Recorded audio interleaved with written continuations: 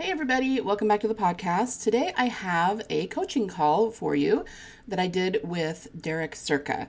We're going to talk about using real locations versus fictional locations. He's struggling with that when it comes to his novel, which is based in the world of curling, which is kind of fun, kind of different, right? But it sounds like a really, really fun story.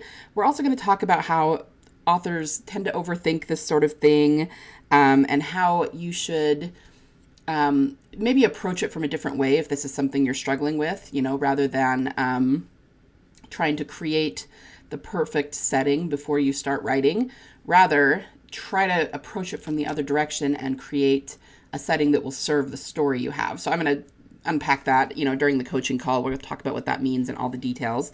But this is a really, really fun one. And I think if anyone is struggling with anything, even remotely like this, whether it's your setting or even another detail of your story, this is going to be really, really helpful to you. So without further ado, let's just jump into the coaching call with Derek. All right, welcome back, everybody. We are here with Derek, and he's having trouble figuring out some of his locations for his stories. So Derek, why don't you tell us about what you're struggling with? Yeah, my story is a sports performance story involving curling, right? So Okay. I want to set it where curling happens, and in the U.S. it's either the northern U.S. essentially, New England, Minnesota, Wisconsin, or Canada, right? Mm-hmm. And I'd like to create, most of it happens in a small city and in small towns where the curling takes place. And I want people to sort of have this like nice sort of cozy feel about it, get a sense of what it is. And I was trying to have curlers from all these different areas feel like they could relate to where the story is happening, right? So I Okay. was trying to create a fictional small city that could be located in New England. Maybe it's in Minnesota, maybe it's in Ontario, maybe it's in the prairies somewhere. It's never actually specified, right? Okay. And I Yeah. was picking sort of bits and pieces from all over Canada and the U.S. where curling happens, and throwing them in to try to create this feeling. And it just wasn't working, right? Because I felt like it was just getting lost, and it didn't appeal to anybody. I mean, like no, it was just bland in some ways. Yeah. I mean, thinking about it, that makes sense, right? You're trying to appeal to everybody. It's not real. So now I'm to the point where I'm like, okay, I need to narrow it down. And there are reasons to be in Canada. There are reasons to be in the U.S. Um, that's one decision. And then the other decision is, well, do I pick real places, right? Or do I keep a fictional city and say, I'm going to put it in New England, but if this is a fake town, it may be based on some other city. Maybe it's the real town. Do I use real curling clubs? Do I alter them? I can't, I mean, there's no location in real world that has all the things I want to have in my story, right? Because I have different things happening, on different levels of a curling club. But this city doesn't have multiple levels in a curling club. I need this size of curling club. I need, there's different things. There's no perfect place to set it. So I'm struggling with like, do I just make this up? In which case it's a lot of work, or do I like use real places and change my story? Do I use real places and try to twist them a little bit? So I'm curious to know what you have to think, what you have to say about it, or give me tips on how to make these decisions. Doesn't Okay. that make sense? I don't know. Yeah, yeah, no, it does. So tell me this, when you talk about how there's a lot of different aspects that you want to put into the place and none of the real places have all of them, like what kinds of things are we talking about? What kinds of characteristics? Yeah, so for example, curling is a lot bigger in Canada. So their big events are big, right? They're on national TV. They're in big arenas, right? So I want to have the goal of this player to qualify for this big event, right? Which would Okay. mean have it in Canada. On the other side, the Canadian sort of playoff system is very well understood. It's very straightforward, right? Everyone knows what it is. In the U.S., it's a lot more. We do this, we'll do that. We change it from year to year. It's different in different regions. I can play with that. I can actually like do my own thing and make it sound realistic because that's feasible. That would happen in the U.S., right? So that's Mm-hmm. one reason. Um, Another one is sort of the size of the curling clubs relative to the cities they're in, right? How well is curling known? I mean, in Canada, in some places in Minnesota, you have very small cities with very big curling clubs, and everyone curls, right? So you Mm-hmm. just, like the whole city just knows what's going on. The big event is going to be like a winter festival in a smaller town, and curling's a big part of it. you wouldn't really have that necessarily in like Boston, right? It would just sort of be Right. lost. Okay. um, but on the other side, most of my readers, may be in the U.S. The U.S. is bigger. Curling is very popular when it comes to the Olympics. They don't know as much about curling, so placing it in Canada, may lose. They just may get lost there. I don't know. I'm sort of blabbering, but maybe you're No, I getting this thing. understand. Okay, well, and I mean, really, what this is going to come down to is your preference, so it's not like a necessarily a best practices thing, but as you were talking, I think the number one thing. Okay, so first of all, let me say, don't overthink it. You're overthinking it a little bit here. You just need the stuff that will serve your Yeah. story, and it's completely understandable that we all overthink it, right? Um, but I think you need to, like you kind of just did, sit down and decide what characteristics you definitely want and that you definitely need. And then you can create, like you said, you can either make it a real place and just change things, or, I mean, it sounds to me like you might want to create a fictional town that'll just serve you a little bit better. And that way you can give it those elements and those aspects. I think that it would be fairly easy to include the differences between Canadian and US curling. And that way, no matter which audience you get, they're understanding how it is in a place that's different than what they know. Um, and I mean, I do think that's one way in which you're maybe overthinking it a little, because I don't think you're going to lose readers in the US because you said it in Canada or vice versa. Just make sure and throw in explainers that tell, this is how it is in the US. And you can even have maybe characters who are from Canada who are irritated about that, or, it's a little bit confusing to them, or something like that. The other thing I was thinking of while you were talking is, in Utah, we have a city called Wendover, and it is halfway in Utah and halfway across the state. And therefore, Utah, it's not actually legal to do gambling here in Utah, but people in Utah who want to gamble go to Wendover because on the other side of the state line, there is gambling. So I'm almost wondering if you could create a fictional town that's like half in the US and half in the Canadian side, that's straddling the border, or even two towns that are close together and kind of interfunctionary, and that way you would have a Canadian side and you would have a US side, and then you could kind of go back and forth depending on what you needed to satisfy your story. Yeah, that's interesting. That's an interesting thought because regardless, it's going to be close to Canada anyway. So Mm-hmm. yeah, Mm-hmm. yeah. And you're right. I mean, I'm definitely overthinking this. I mean, I thought about I'm really thinking about all these things. I'm like, the story.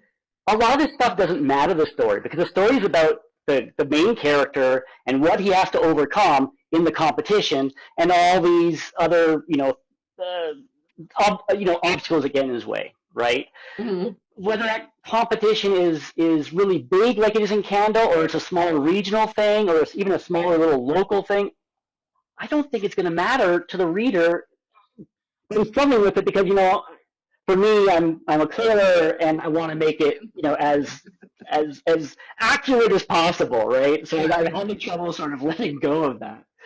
So I Yeah. think I Yeah. think hearing that it's okay to let go of that Mm-hmm. is helpful. Definitely. Well, and are you planning to make this a series, or is it a standalone? I'm actually thinking of a series now. I'm thinking that, yeah, because as I've been writing it, I have there are a number of characters. The curling team has 4 characters, and you have opponents, so you have different people that you can sort of spin off and tell different stories Right. at Right. different times. So I'm starting to think of a little environment. Mm-hmm. Um, And I mean, you could start with something that's a smaller regional competition, and then in later books go on to other bigger, yeah, competitions in Canada, or, whatever you wanted to do. But yeah, no, I mean, going back to what you said, I've noticed this a lot. I actually had a friend that just went through this, who was writing something, and she was just obsessing about this little detail, and then she would get upset because she hadn't nailed it down yet. And then she started telling me the rest of her story, and I went, okay, that thing you're obsessing about is such a tiny part of your story. It's really, you've got to stop overthinking it. And I noticed that authors do this.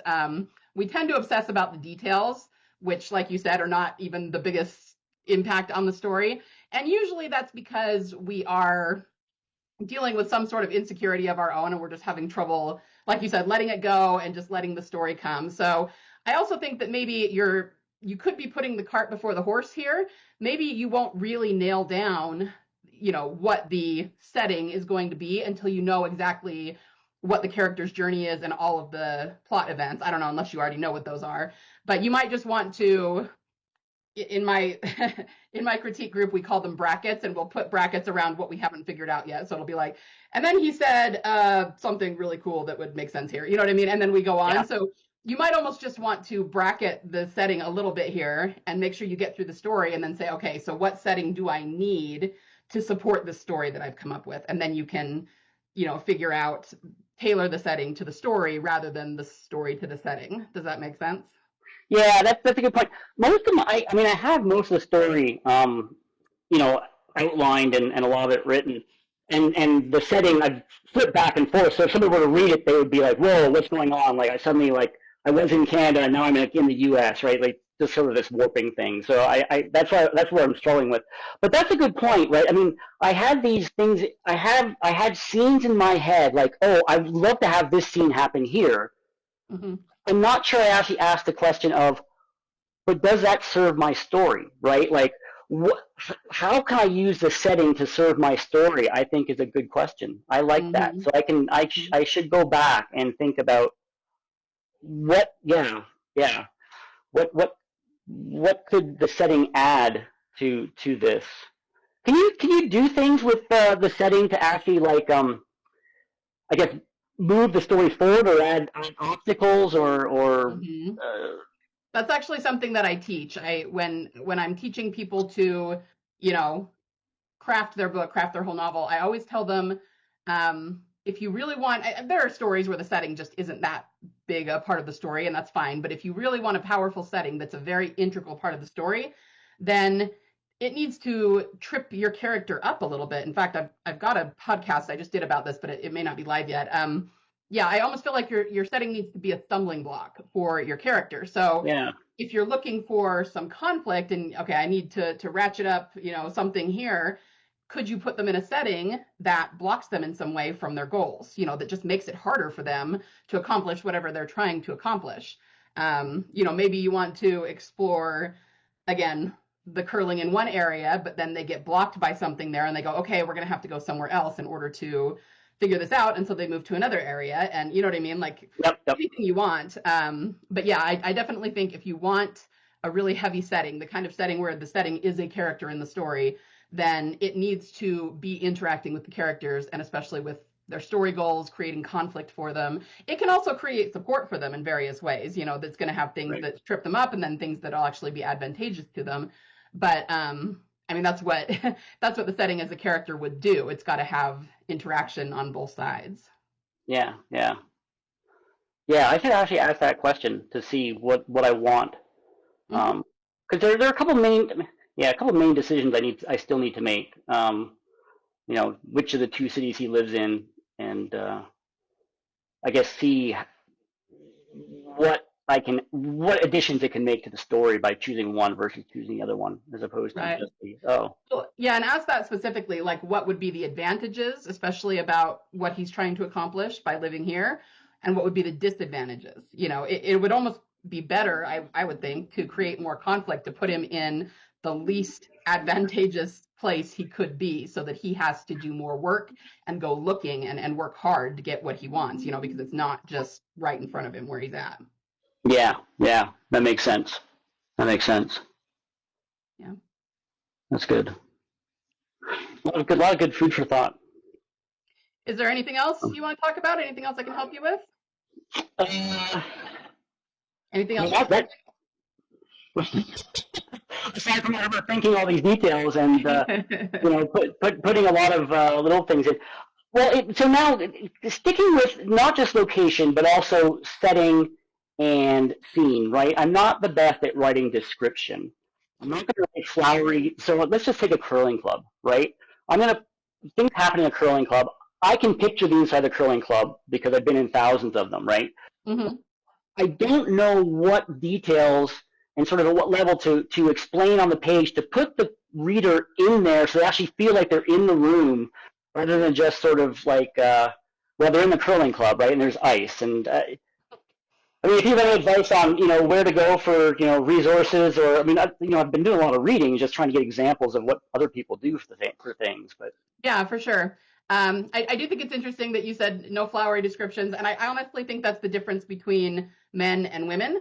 And your audience is probably going to be mostly, I mean, it's going to be anybody who's curling, but men do tend to write more for men and women more for women. Nothing wrong with that at all. It's just the way we are. And women do tend to have more of the feelings and more of the flowery descriptions. But what I notice is that men, their version of that is more like thoughts and reactions. So when you're describing something, first of all, there's the five sensory experience. That actually does create more emotion in your reader than most people think, because memories are always tied to emotion. So even if it's not some over the top, super happy, super sad, whatever, it's just the emotion of how we're feeling in that memory. So if you can use the five sensory experience, what that's doing is it's bringing memories to the reader of, the obvious example is like, that exercise where we imagine biting into a lemon and then we salivate. Obviously, that doesn't make us super emotional, happy, sad. It's just the memory of biting into a lemon and how we feel about that, right? So if you can use the five senses, it actually does trigger like sense memories for the reader. And that is going to really ground them in the experience. So if you are trying to describe a curling club and you have a character walk in, just think about what they would see and what they would observe. What is on the walls? What is on the ground? Give us the size of the place. But also, what do they smell? What does it smell like? Does the ice have a smell? How cold is it? Just whatever they're experiencing. And as long as you do that, you should be fine. Just don't go overboard. Obviously, we don't need 17 different, descriptions every single time. Just pick 2 or 3 that are relevant. And I always say we need to be able to visualize what they're seeing. So if you just say, oh, he walked in and there was ice, that doesn't help us visualize it. Like, describe it in a way that would help us visualize it. And then the other thing is, what are his thoughts about it? What are his reactions to it? It doesn't have to be deep feelings, but is this, somewhat comforting because it's familiar to him? Is this different than other clubs he's been in, and why? You know what I mean? Just have him have a reaction, a sentence or two, to what he is observing. And if you can do those 2 things, describe what he's observing and give his reaction to it, that's a perfect description right there. Great, thanks. That's good. I mean, I focused so far a lot on sight, right, and using the other ones, and then actually adding his reactions to it, I think will help. I can see how that would add another sort of layer, and then help the reader sort of get a sense as to what it is. Mm-hmm. And it helps us be in the character's head, which we want, right? Yeah, yeah, yep, yep. So that's good. Good. Yeah, those are the main things right now. I mean, in terms, I'm sure there's still plot things I need to figure out, but that's I'm getting there. It's really a matter of trying to get the reader to feel like it's there. Mm-hmm. And then I'm working also on motivation, helping the reader understand what all these things mean. And I don't know if I've done enough of the interior aspect of that. I mean, I've done a lot of it in dialogue. I think it's come out, which may or may not feel forced, Mm-hmm. like unnatural. Like, would people really talk about that? I mean, some cases they would, some cases they wouldn't. Oh, Yeah. yeah, I guess back to describing things. Mm-hmm. A lot of the other thing I'm going to struggle with is curling is how to describe the sport to people, right? I can't do it in dialogue because these people are curlers. I mean, Right. they wouldn't actually describe it to each other. I don't really, in this book, I don't have a beginner, right? Okay. To sort of teach the sport to, which then would inform the reader. So I'm trying to figure out how to interleave some of these, here's what the sport is. I've also thought of writing an appendix written from one of the secondary characters' points of view, because he's a social media guy, and he talks to all these people who don't do curling, right? So Mm-hmm. maybe it makes sense to actually have him do a little bit of explanation at the back. If somebody ever wanted to read it, they could read it. But otherwise, I still need to include all this stuff in the book itself. So I think you could do a couple of things. I think the appendix is a good idea, but if this social media character, he's part of the story though, right? Oh, yeah, yeah, yeah. I mean, I think that could be your answer. I mean, first of all, I think you could throw in, I mean, obviously you're trying not to info dump and do like 3 pages explaining curling, but you could throw in a sentence or two here and there and have it be fine, and it can be narrative. So if he's practicing, you can just say, oh, he did X, Y, and Z so that this happened. You know what I mean? And it would just, you're Okay. little bit by bit explaining what he's doing in the sport. But the other thing you could do is you could have this guy talk to them about what he's going to post on social media, and maybe write a scene where he's asking them and he's going, look, I'm posting this for people who don't know what curling is, so help me explain how I would explain this to a layman. Or he could post something and they could read it, and read what he wrote about curling and have a reaction to that, or something like that. So I think you could use that maybe too. That's a good idea. I like that because I've been, he's not the main character. I only have one point of view, right? So it's not his. Um, but I don't ever actually talk. I talk about how the characters react to what he's doing because he's always filming things in the middle of games and always fiddling with things, and he's being distracted, right? And Right. they don't like that because he's not in the game. But I don't actually have them respond to anything that he actually posts or stuff, and that is actually that's a good idea. I could actually use him to get some information across and have their response to it. Like, Mm-hmm. yeah, whatever he posts, yeah, I can think of ideas as to how to make that interesting and actually Yeah. add conflict and I like Mm-hmm. that. That's great. Yeah, Good. yeah, yeah. That's super. Thanks. Good. Yeah, of course. And I mean, in terms of you mentioned that you weren't sure if you'd done all the internal. Um, Sometimes I find that we tend to get in our heads about it and we tend to be a little bit nebulous about it, especially while we're trying to do the writing. So I've had experiences where I'm trying to nail down, whatever it is, what somebody believes or how they're feeling about something. And I just can't do it while I'm also trying to write the scene because I've got 1,000 balls in the air that I'm trying to juggle. So sometimes what's helpful is just to sit down either at your word processor or with a paper and pen and just ask yourself, how do they feel about this, or what are they trying to accomplish? And if you can like pull it out of your head, out of the swirling all the swirling information in your head, and like really nail it down and put it on paper, then it's much easier to communicate it in the story. So if you're a little bit nebulous on some of the motivations or some of the internal stuff, try that. Just Yeah, for a journal read after the the rest fact of the kind of thing, story. and Yeah, just really yeah, nail it down. that'd be good. Cool. All Thank you. right. Thank you. Yeah, that's great. Thank you. This has been very helpful. Oh, good. I'm glad. Well, thanks for being on here with me today. We kind of need to wrap up. Any last questions or anything that you need? No, no, thanks. I mean, this has been very helpful. I really appreciate it. I appreciate all the resources you provide. It's I have watched a number of them. So Oh, good. I'm thank you very glad. much. Well, good luck. This sounds like a fun story. So, best of luck with getting it where you want it to be. Hey, thank you. All right. See you later. Have a good day. You too. Bye. Bye. All right. I hope that was helpful to you guys. I hope that if you're struggling with anything similar to what Derek is, that you were able to take some value away from that. Thanks so much for listening today. Before you go, remember that if you need a lot more support in your writing, if you want to do accountability sessions and get a full A to Z blueprint of what to plan for your story and also how to get unstuck when you do get stuck, and rub shoulders with other authors who are on the same path you are trying to get their stories written, I invite you to join us inside the Legendary Fiction Forge. You can get the first month for only $17 so that you can look around and see if it's for you or not. But yeah, just join us in there if that is something that will serve you. And beyond that, have a wonderful week of writing, and I will see you next time on the Fiction Blueprint podcast.